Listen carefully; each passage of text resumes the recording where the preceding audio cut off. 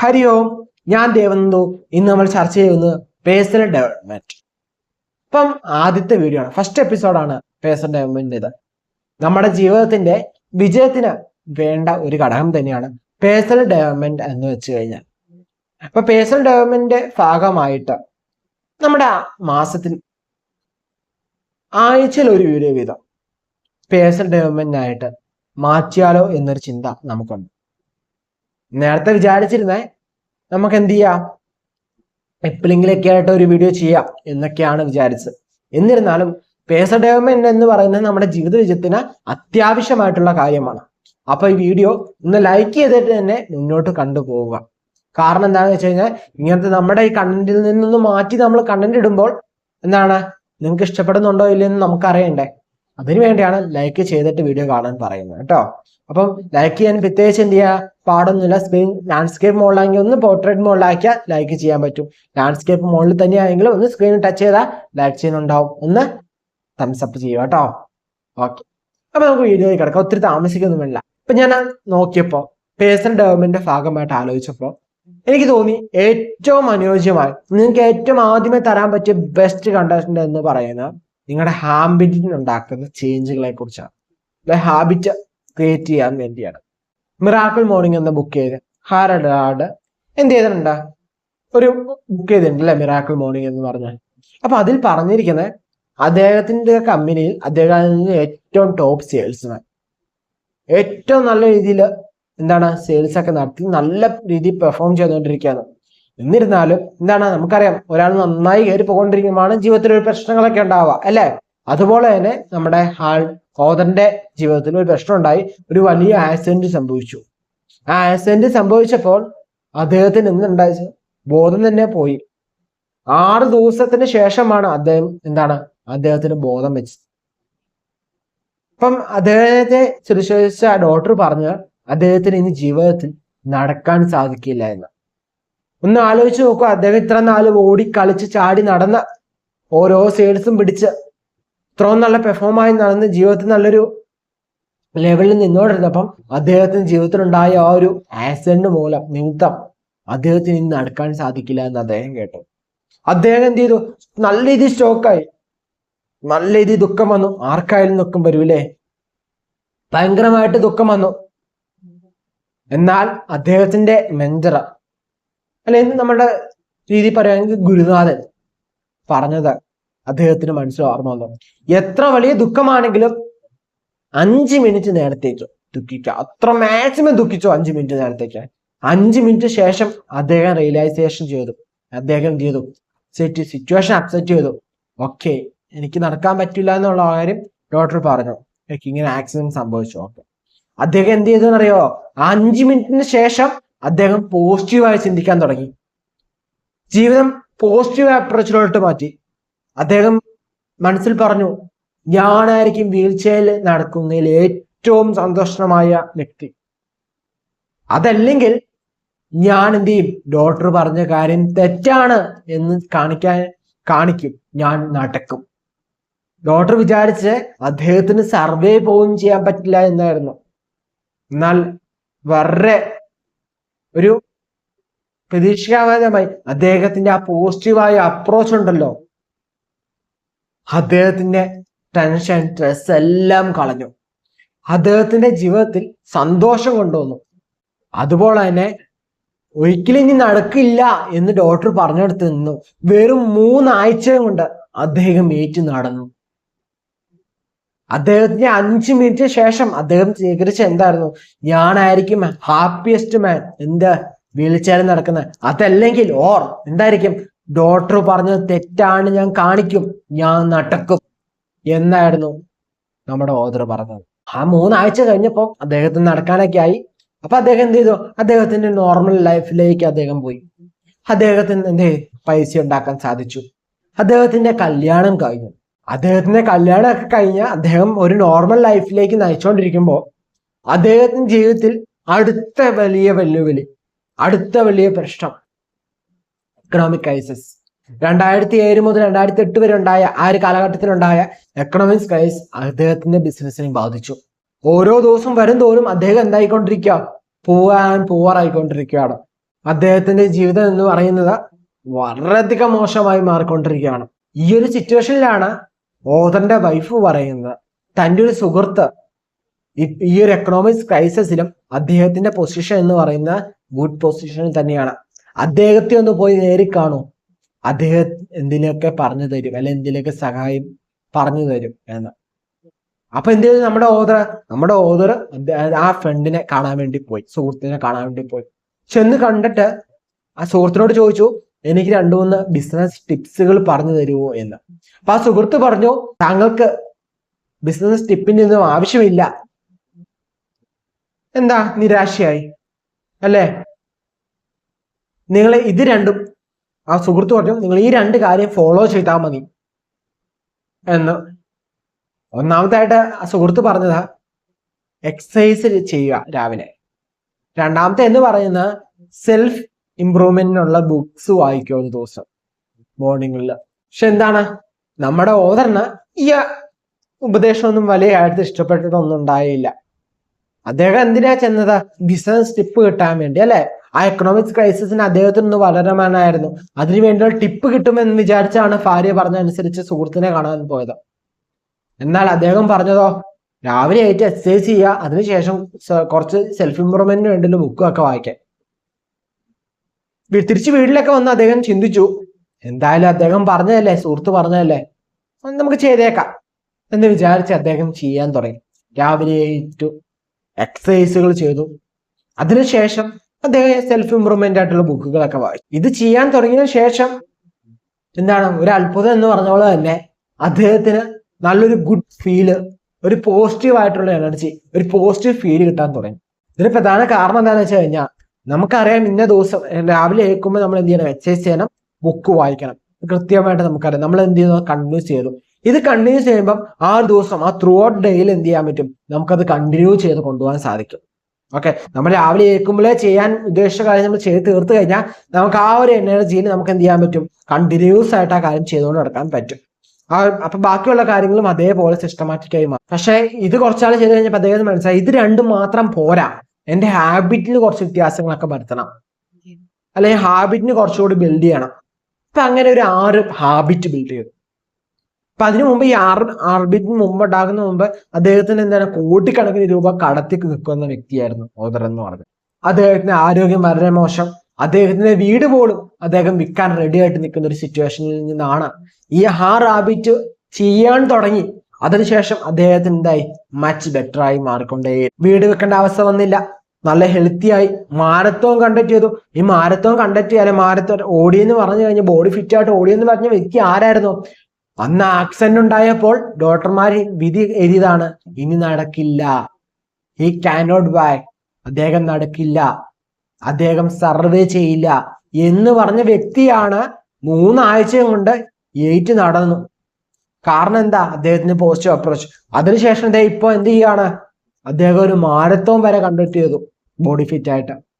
അതുപോലെ തന്നെ നല്ല സന്തോഷമാനുമായി ഈ 6 ഹാബിറ്റ് ചെയ്തതിനു ശേഷം. അപ്പൊ ഇതൊക്കെ എന്ന് പറയുന്ന ഒരു മിറാക്കിളാണ്. ശരിക്കും ഞാൻ പറഞ്ഞു, ഒരു അത്ഭുതം എന്ന രീതിയിൽ, ഒരു മാജിക് എന്ന രീതിയിൽ. അതുകൊണ്ട് തന്നെയാണ് ഈ ബുക്കിന് മിറാക്കിൾ മോർണിംഗ് എന്ന പേരിടാനുള്ള കാരണം. നടക്കില്ല എന്ന് പറഞ്ഞ വ്യക്തി 3 ആഴ്ച കൊണ്ട് നടക്കുന്നു, മാരത്തോൺ കണ്ടക്ട് ചെയ്യുന്നു, വലിയൊരു കാഴ്ചയിൽ നിന്ന് അദ്ദേഹം എന്ത് ചെയ്യുന്നു, ഉയർത്തി എണീറ്റ് വന്നു. ഒരു മാജിക് പോലെ അല്ലെ, ഒരു അത്ഭുതം പോലെ. നമ്മൾ ഇന്ന് ആലോചിച്ചു, നമുക്ക് നമ്മുടെ ജീവിതത്തിൽ ഇങ്ങനെ ചെറിയ പ്രശ്നങ്ങൾ വരുമ്പോൾ തന്നെ നമ്മൾ തളർന്നു പോവുകയാണ്. ഒരാൾ മിണ്ടാത്തപ്പോ തന്നെ നമുക്ക് പല വിഷമങ്ങള്. അല്ല, മിണ്ടിക്കൊണ്ടിരുന്ന ആളുടെ മുഖം ഒന്ന് എന്താണ്, അവര് നമ്മളോട് മിണ്ടാതെ വന്നപ്പോ നമുക്ക് ഭയങ്കര വിഷമം. നമുക്ക് മുൻപോട്ട് ഇനി ആരുമില്ല എന്നൊരു ചിന്ത, അല്ലെങ്കിൽ ഒരു ചെറിയ ബാധ്യത വന്നു, അയ്യോ ഞാൻ എന്ത് ചെയ്യും എന്നുള്ള ആദി ഇല്ലേ? ഈ ആദിയും അഭിപ്രായമൊക്കെ പിടിച്ചോണ്ട് നമുക്കിങ്ങനെ നിൽക്കാനല്ലേ പറ്റുള്ളൂ. അതിനുവേണ്ടി എന്തിലൊക്കെ പരിശ്രമിക്കണ്ടേ? അതിന് നമുക്ക് എന്ത് ചെയ്യണം, നല്ല പോസിറ്റീവ് ആയിട്ടുള്ള ഒരു എനർജി നമുക്ക് വേണ്ടേ? അപ്പം അതൊക്കെയാണ് ഇവിടെ നമ്മുടെ ഓഥറിനെ സഹായിച്ചത്. അപ്പൊ എന്തൊക്കെയാണ് 6 ഹാബിറ്റ് എന്ന് പറയാം. ഇതിന് ചെറിയൊരു കോഡായിട്ട് സേവേഴ്സ് എന്ന് പറയാം, SAVERS. ആദ്യത്തെ ഹാബിറ്റ് എന്ന് പറയുന്നത് സൈലൻസ് ആണ്. സൈലൻസ് എന്ന് വെച്ചാൽ ഓഥർ വിചാരിച്ചേക്കണ, അല്ലെങ്കിൽ ഓഥർ ഉദ്ദേശിച്ചേക്കണ എന്താണെന്ന് വെച്ച് കഴിഞ്ഞാൽ മെഡിറ്റേഷൻ, അതല്ലെങ്കിൽ പ്രയർ ഒക്കെ ചെയ്യുക എന്നാണ്. ഈ മെഡിറ്റേഷൻ പ്രെയർ എന്ന് പറയുന്ന ഒരിക്കലും സ്പിരിച്വൽ അവേക്കിങ്ങിന് വേണ്ടി മാത്രമല്ല, നമ്മുടെ ബ്രെയിനിന്റെ പെർഫോമൻസ് ഹൈ ലെവലിലേക്ക് എത്തിക്കാൻ, പീക്ക് ലെവലിലേക്ക് എത്തിക്കാൻ സൈലൻസ് അല്ലെങ്കിൽ മെഡിറ്റേഷൻ പ്രെയർ ഒക്കെ സഹായിക്കും. നമ്മൾ നോക്കുകയാണെങ്കിൽ ടോപ്പ് സിഇഒസ് വരെ എന്താണ് മെഡിറ്റേഷൻ പ്രാക്ടീസ് ചെയ്യുന്നുണ്ട്, അവരുടെ ബ്രെയിൻ പെർഫോമൻസ് ഇൻക്രീസ് ചെയ്യാൻ, അറ്റ് പീക്കിലേക്ക് എത്തിക്കാൻ വേണ്ടി. അതുകൊണ്ട് ഇന്ന് മുതൽ വീഡിയോ കാണുന്ന എപ്പോഴാണ്, ഈ വീഡിയോ എപ്പോഴാണ് നിങ്ങൾ കാണുന്നത്, നിങ്ങൾക്ക് കാണേണ്ട കൃത്യമായ സമയത്താണ് നിങ്ങൾ ഈ വീഡിയോ കാണുന്നത്. അപ്പം കണ്ടതിന് ശേഷം പിറ്റേ ദിവസം രാവിലെ തന്നെ ഈ കാര്യങ്ങൾ എഴുതുക. അതിനുവേണ്ടി നിങ്ങൾ ചെയ്യേണ്ടത് എന്താണെന്ന് വെച്ച് കഴിഞ്ഞാൽ ഒരു നോട്ട്ബുക്ക് ഇതിനു വേണ്ടി തന്നെ സെപ്പറേറ്റ് മാറ്റുക. എന്നിട്ട് രാവിലെ എന്തൊക്കെയാണ് ചെയ്യേണ്ടതെന്ന് കൃത്യമായ നോട്ട് ഇന്ന് രാത്രി കിടക്കണ മുമ്പ് ചെയ്തു വെക്കുക. To do list. ഓക്കെ, അത് ചെയ്യുക കേട്ടോ. അപ്പം സൈലൻസ് ഒന്നാമത്തെ പോയിന്റ് നിങ്ങൾക്ക് വ്യക്തമായി മനസ്സിലായി വിചാരിക്കുന്നു. നമ്മുടെ ഒന്നാമത്തെ പോയിന്റ് ചെയ്യുന്നത് എന്തിനാണ്? നമ്മുടെ ബ്രെയിൻ പവർ നല്ല രീതിയിൽ ഇൻക്രീസ് ചെയ്യാനും ഫോക്കസ് ചെയ്യാനൊക്കെയാണ്. ഇപ്പൊ കുട്ടികൾക്കൊക്കെയാണ് നമ്മുടെ വീഡിയോ കുട്ടികളൊക്കെ കാണാറുണ്ടെന്ന് തോന്നുന്നു. കാരണം നമ്മുടെ കമന്റിൽ പരീക്ഷ ജയിക്കാൻ പ്രാർത്ഥിക്കണം, നമ്മുടെ മെസ്സേജ് അയച്ച് എനിക്കാണ് മെസ്സേജ് പരീക്ഷയ്ക്ക് ജയിക്കുമോ എന്നൊക്കെ ചോദിക്കാറുണ്ട്. അതുകൊണ്ട് തന്നെ നമ്മൾ പറയുന്നു, കുട്ടികളാണെങ്കിൽ രാവിലെ ഏറ്റവും മെഡിറ്റേഷൻ പെയറൊക്കെ ചെയ്യുന്നത് നമ്മുടെ ഫോക്കസ് കൂട്ടുകയും കോൺസെൻട്രേഷൻ ലെവൽ കൂട്ടുകയും നമുക്ക് മെമ്മറി പവർ ഒക്കെ ബൂസ്റ്റ് ആക്കാൻ, അല്ലെങ്കിൽ മെമ്മറി പവർ ഒക്കെ കൂടാൻ സഹായിക്കും കേട്ടോ. അപ്പൊ കുട്ടികൾക്ക് ഉത്തമമാണ്, വലിയവർക്കും ഉത്തമമായിട്ടുള്ള കാര്യം തന്നെയാണ് മെഡിറ്റേഷൻ പ്ലെയർ എന്ന് പറയുന്നത്. നിങ്ങൾ മനസ്സിലാക്കുക, മെഡിറ്റേഷൻ പ്ലെയർ എന്ന് പറയുന്നത് ഒരിക്കലും സ്പിരിച്വൽ അവേക്കിങ്ങിന് വേണ്ടി മാത്രമല്ല, നമ്മുടെ ബ്രെയിൻ കപ്പാസിറ്റി, ബ്രെയിനിന്റെ പവർ കൂട്ടാനും കൂടിയാണ് കേട്ടോ. രണ്ടാമത്തെ എന്ന് പറയുന്നത് അഫർമേഷൻ ആണ്. പലരും കേട്ടിട്ടുണ്ടാവും അഫർമേഷൻ എന്ന് പറയുന്നത്. ലോ ഓഫ് അട്രാക്ഷന്റെ ബുക്ക് നമ്മൾ എഴുതിയിട്ടുണ്ട്, ആമസോണിൽ കിടപ്പുണ്ട്, നമ്മൾ ഈ ബുക്കായിട്ട് ആവശ്യമുള്ളവർക്ക് വാങ്ങാം കേട്ടോ. അപ്പം അഫർമേഷൻ എന്ന് പറഞ്ഞു കഴിഞ്ഞാൽ ഒന്നുമില്ല, എന്താണ്, നമ്മൾ റിപ്പീറ്റ് ആയിട്ട് നമ്മളൊരു കാര്യം പറയുക, പറഞ്ഞുകൊണ്ടേയിരിക്കുക. പോസിറ്റീവ് ആയിട്ടുള്ള സ്റ്റേറ്റ്മെന്റ് നമ്മൾ പറഞ്ഞുകൊണ്ടേയിരിക്കുന്നത്. ഇപ്പൊ ഉദാഹരണത്തിന് പറയുകയാണെങ്കിൽ I am wealthy, I am wealthy, I am wealthy, ഇങ്ങനെ പറഞ്ഞുകൊണ്ടേയിരിക്കുക. അപ്പൊ ഇങ്ങനെ പറഞ്ഞുകൊണ്ടേയിരിക്കുമ്പോൾ നമ്മുടെ സബ് കോൺഷ്യസ് മൈൻഡ് ഉണ്ടല്ലോ, സബ് കോൺഷ്യസ് മൈൻഡിന് ഓക്കെ വെൽത്തി ആണ് എന്നൊരു ചിന്ത വന്ന് അതിന്റെ അങ്ങോട്ട് ചേഞ്ച് ചെയ്യും. ഇപ്പം വേറൊരു ഉദാഹരണം പറയുമെങ്കിൽ നമ്മളൊരു കോൺഫിഡൻസ് പേഴ്സൺ ആവണമെന്നാണ് നമ്മുടെ ഒരു ആഗ്രഹം, നമ്മൾ ഭയങ്കര ഷൈ ടൈപ്പ് ആണ് എന്നൊക്കെ ആണെങ്കിൽ ഐ ആം കോൺഫിഡൻസ്, അല്ലെ I am confident person, I am confidence person, I am confident man എന്നൊക്കെ പറഞ്ഞ് നമ്മൾ റിപ്പീറ്റ് ആയിട്ട് പറയുമ്പോൾ നമ്മുടെ ബ്രെയിൻ ചിന്തിക്കും, ഓക്കെ സബ് കോൺഷ്യസ് മൈൻഡിലേക്ക് കൊടുക്കുന്ന മെസ്സേജ് ആണ്, ഇദ്ദേഹം ഒരു കോൺഫിഡൻസ് ആയിട്ടുള്ള വ്യക്തിയാണ്, അല്ലെങ്കിൽ ഒരു വെൽത്തി ആയിട്ടുള്ള വ്യക്തിയാണ്, അല്ലെങ്കിൽ ഹെൽത്തി ആയിട്ടുള്ള വ്യക്തിയാണ്. നമുക്ക് എന്താണോ വേണ്ടത് അതനുസരിച്ച് നമ്മൾ എന്ത് ചെയ്യുക, അഫർമേഷൻ കൊടുക്കുക. പോസിറ്റീവ് ആയിട്ടുള്ള അഫർമേഷൻ മാത്രമേ കൊടുക്കാൻ പാടുള്ളൂ. ഓക്കെ, അപ്പം ഇങ്ങനെ കൊടുക്കുമ്പോൾ റിപ്പീറ്റ് ആണ് നിൽക്കുമ്പോൾ എന്ത് ചെയ്യും, നമ്മുടെ ബ്രെയിൻ അതിലോട്ട് മാറി, നമ്മുടെ സബ് കോൺഷ്യസ് മൈൻഡ് അതിലോട്ട് ചേഞ്ച് ചെയ്ത് നമുക്ക് അതിലോട്ടുള്ള നമ്മുടെ ഗോൾസ് അച്ചീവ് ചെയ്യാൻ നമ്മളെ സഹായിച്ചുകൊണ്ടേയിരിക്കും. മൂന്നാമത്തെ എന്ന് പറയുന്നത് വി ആണ്, വിഷ്വലൈസേഷൻ. അഫർമേഷന്റെ വേറൊരു രീതി തന്നെയാണ് വിഷ്വലൈസേഷൻ എന്ന് പറഞ്ഞാൽ, അഫർമേഷൻ നമ്മൾ റിപ്പീറ്റ് ആയിട്ട് പറയുവാണെങ്കിൽ, ഒരു സ്റ്റേറ്റ്മെന്റ് പറയുകയാണെങ്കിൽ, വിഷ്വലൈസേഷൻ എന്ന് പറയുന്നത് നമ്മൾ കാണുകയാണ്, ഇമാജിനറി ചെയ്യുകയാണ്, നമ്മുടെ ഗോള്. നമ്മുടെ ലക്ഷ്യം എന്ത് തന്നെയായാലും, നമുക്ക് ഒരു കാറ് വാങ്ങണം എന്നാണ് ലക്ഷ്യം എന്ന് വിചാരിക്കുക. കണ്ണുകൾ അടിച്ച് ആ വാഹനം, ആ ഷോറൂമിൽ നിന്ന് നമ്മൾ ഇഷ്ടപ്പെട്ട ആ ഷോറൂമിൽ കയറുന്നു, നമ്മൾ കാറ് നോക്കുന്നു, കാറ് നോക്കി അഡ്വാൻസ് കൊടുക്കാൻ വേണ്ടി റെഡി ആയിട്ട് നിൽക്കുവാണ് നമ്മുടെ കയ്യിൽ പൈസയായിട്ട്. നമ്മൾ ആ കാറ് കാണുന്നത്, നമുക്ക് ആ കാർ ഇഷ്ടപ്പെട്ടു, നല്ല വൈറ്റ് കാറ് അല്ലെ, ആ കാറ് നമ്മൾ പോയി തൊട്ടതിൽ ഫീൽ ചെയ്ത് നല്ല രീതിയിൽ ആസ്വദിച്ച് നമുക്ക് ആ കാറ് വാങ്ങാൻ പൈസ കൊടുക്കുന്നു, പൈസ ഫുൾ ക്യാഷ് കൊടുത്ത് നമ്മൾ എന്ത് ചെയ്യുന്നു, കാർ എടുത്തുകൊണ്ട് ഇറക്കിക്കൊണ്ട് പോരുന്നു. ആ കാറ് നമ്മൾ ഓടിച്ച് നമ്മൾ എന്താണ്, നല്ല ചില്ലൊക്കെ താത്തി, അല്ലെ ചില്ലൊക്കെ പൊക്കിയിട്ട് AC ഒക്കെ ഓണാക്കി നമ്മൾ ആ കാറിൽ ഇങ്ങനെ സന്ദർശിക്കുകയാണ്. എന്ത് ചെയ്യുക, എന്നിട്ട് നമ്മുടെ വീട്ടിന്റെ മുറ്റത്ത് കൊണ്ടുപോയി കാറ് പാർക്ക് ചെയ്യുന്നു, വീട്ടിലുള്ളവരെ വിളിക്കുന്നു, വിളിച്ചവർ കാണുന്നു, അവർക്കെല്ലാം സന്തോഷമാകുന്നു. നമ്മുടെ സുഹൃത്തുക്കൾക്കും നമ്മുടെ ജോലി കൂടെ വർക്ക് ചെയ്യുന്ന കോവർക്കേഴ്സിനെല്ലാം നമ്മൾ സ്വീറ്റ്സ് കൊടുക്കുന്നു, മധുരം കൊടുക്കുന്നു, ഒന്ന് ട്രിപ്പൊക്കെ കറങ്ങുന്നു, കുടുംബമായിട്ട് ചേർന്ന് ഒന്ന് യാത്രകളൊക്കെ ചെയ്യുന്നു. ഇതൊക്കെയാണ് നമ്മൾ എന്ത് ചെയ്യുക, നന്നായി ഇമാജിനും ചെയ്യുക. നമ്മുടെ എന്താണ് മനസ്സിൽ നമുക്കത് റിപ്പീറ്റ് ആയിട്ട് ഇമാജിൻ ചെയ്യാൻ പറഞ്ഞത്. അങ്ങനെ ചെയ്യുമ്പോൾ അതിന്റെ വിഷ്വലൈസേഷനായി അപ്പൊ നമ്മുടെ ഗോൾസ് അച്ചീവ് ചെയ്യാനുള്ള കുറച്ചുകൂടി പോസിബിലിറ്റിയിലേക്ക് എത്തുന്നു.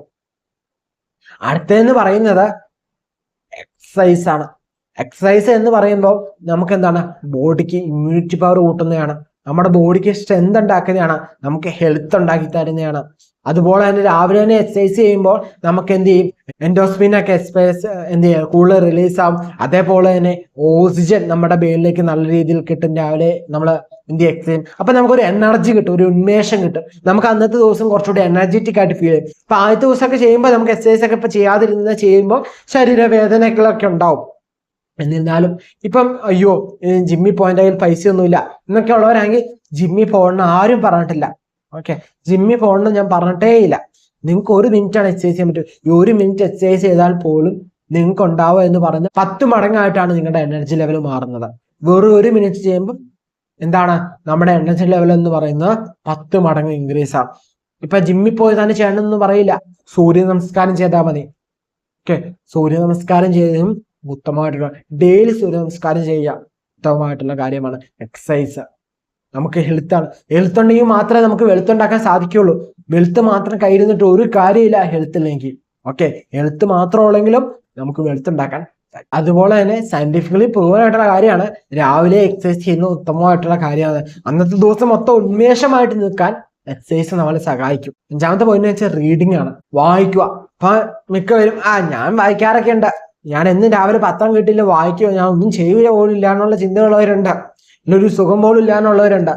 പത്രം വായിക്കുന്ന, വാട്സപ്പിൽ വരുന്ന മെസ്സേജ് വായിക്കുന്ന, അല്ലെങ്കിൽ ഇൻസ്റ്റാഗ്രാമിൽ നോക്കി റീൽസിന്റെ അടി വരുന്ന ക്യാപ്ഷൻ വായിച്ചുകൊണ്ടിരിക്കുന്ന മെസ്സേജ്, ആളുകളുടെ മെസ്സേജ് വായിക്കുന്ന, യൂട്യൂബിന് താഴെ ആൾക്കാർക്ക് എന്തൊക്കെ കമന്റ് വന്നേക്കുന്നൊക്കെ വായിച്ചുകൊണ്ടിരിക്കുന്ന എല്ലാം റീഡിങ് എന്ന് പറയുന്നത്.